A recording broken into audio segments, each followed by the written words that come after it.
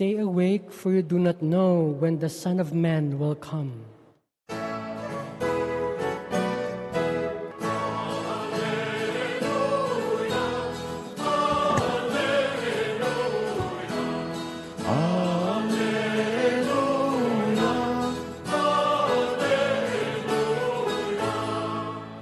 The Lord be with you. And with your spirit. A reading from the Holy Gospel according to Saint Luke. Glory to you, O Lord. When Jesus looked up, he saw some wealthy people putting their offerings into the treasury, and he noticed a poor widow putting in 2 small coins.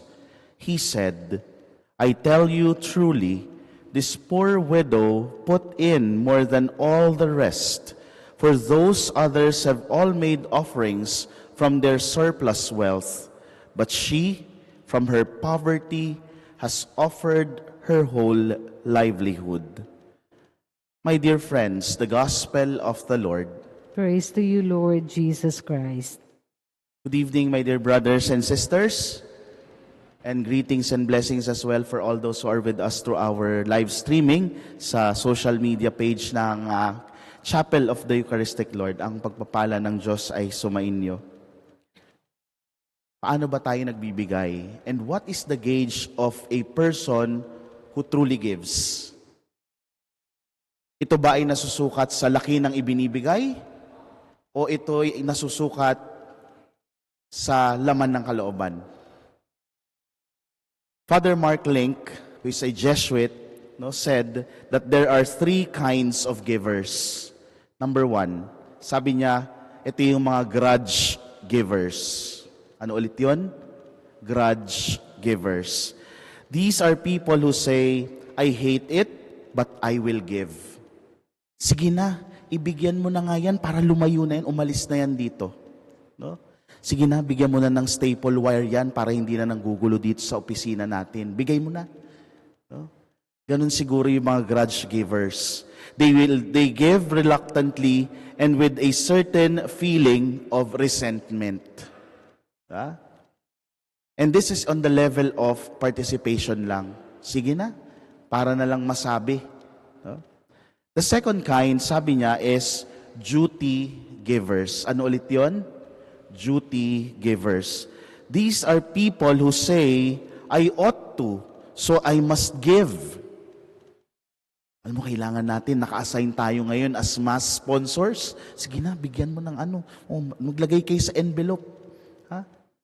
O tayo yung mga inaasahan ngayon. So, kailangan umattend tayo. Ba? Kailangan kasi. Inaasahan kasi.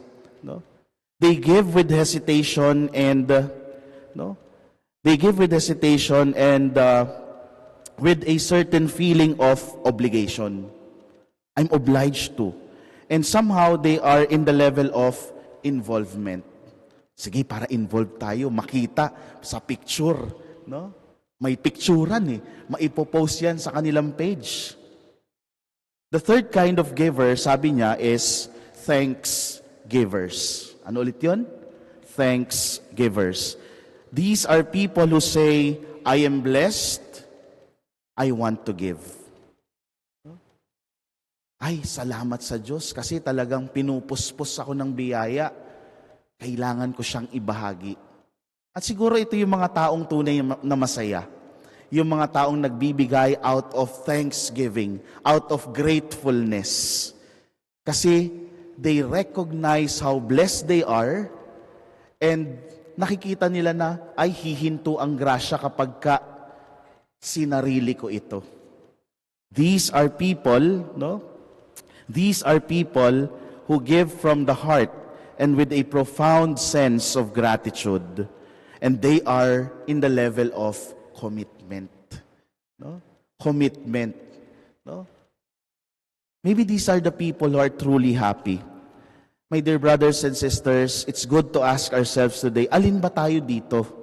Sa grudge giver ba ako? O sa duty givers? O sa thanks givers? Paano ba tayo magbahagi sa ating kapwa? Paano tayo magbigay ng ating sarili sa Diyos? Our gospel concretely tells us, no, how we should give. Pinuri ni Jesus yung babae na nagbigay ng 2 kusing. At hindi niya pinangalanan. It was just the widow. Pero yung mga mayayaman, ay nagbigay out of their surplus. Masama ba yung ginawa ng mga mayayaman? Hindi naman Nagbigay sila. But if you look at what's inside of the heart, doon mas makikita yung tunay na pamantayan o sukatan ng pagbibigay ng isang tao. As for the widow in the gospel, with the 2 small coins that she offered, the admiration of the people goes to her, from all ages. Hindi man natin alam ang kanyang pangalan, naalala at tinitingala natin ang kanyang pamamaraan ng pagbibigay. Bakit? Sabi nga, ito na lang yung kanyang ikabubuhay at ibinigay niya pa. Bakit kaya ganon yung kalakas yung loob na mag-surrender o magbigay? Maybe because, ito siguro yung reason. Kasi siguro, una, naniniwala siya na nakikita ng Diyos yung ating mga kalooban. God sees even the simplest act of generosity that we give to Him and to His people. And second, this thanksgivers, realizes and believes that God appreciates the kindness that comes from our hearts. And lastly, hindi mahirap magbigay para sa Kanya, para sa mga thanksgivers, because she believed that God reciprocates. Ang Diyos na ang bahala, sabi nga na magbalik, siksik, liglig, at umaapaw. My dear brothers and sisters, to end, I remember a story of 2 friends who regularly goes to the chapel. Let's say dito sa Chapel of the Eucharistic Lord, magkasama silang nagdarasal, and then paglabas nila sa Mega Mall, may regular na pulubi na humihingi. And napansin nitong kaibigan na sabi, parang palagi na lang niyang binibigyan ito. Sabi nung isang kaibigan sa kanya, "Uy, ikaw nasasanay ka. Hindi bigay ka ng bigay. Baka mamaya sindikato yan. Baka mamaya ginagamit yan sa masamang bisyo." Sumagot naman yung kaibigan, sabi niya, "Alam mo, minsan naiisip ko din yan Naiisip ko rin yan.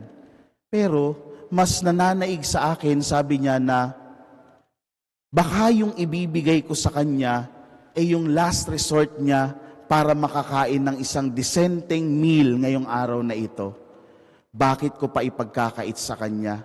Mas lalong hindi kakayanin ng konsensya ko."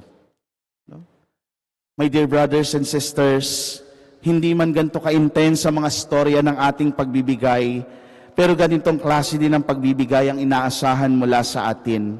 Walang pag-iimbot, kagaya ng ginawa ng babae sa ating pagbasa, sa ating ebanghelyo. At kagaya na rin ang ginawa nila Saint Andrew Dunglac and his companions. Sila ay mga misyonero, but when the time came that they were asked of their life, bilang kapalit ng pagpaninindigan sa kanilang pananampalataya, ganoon na lang siguro kadali na ibigay yung sarili sapagkat naniniwala sila that God sees, God appreciates, and God reciprocates. And this is the challenge for each one. We believe that God cannot be outdone in generosity. May we all become generous givers. May we all become thanks givers. May we all become like that of what Jesus wants us to be.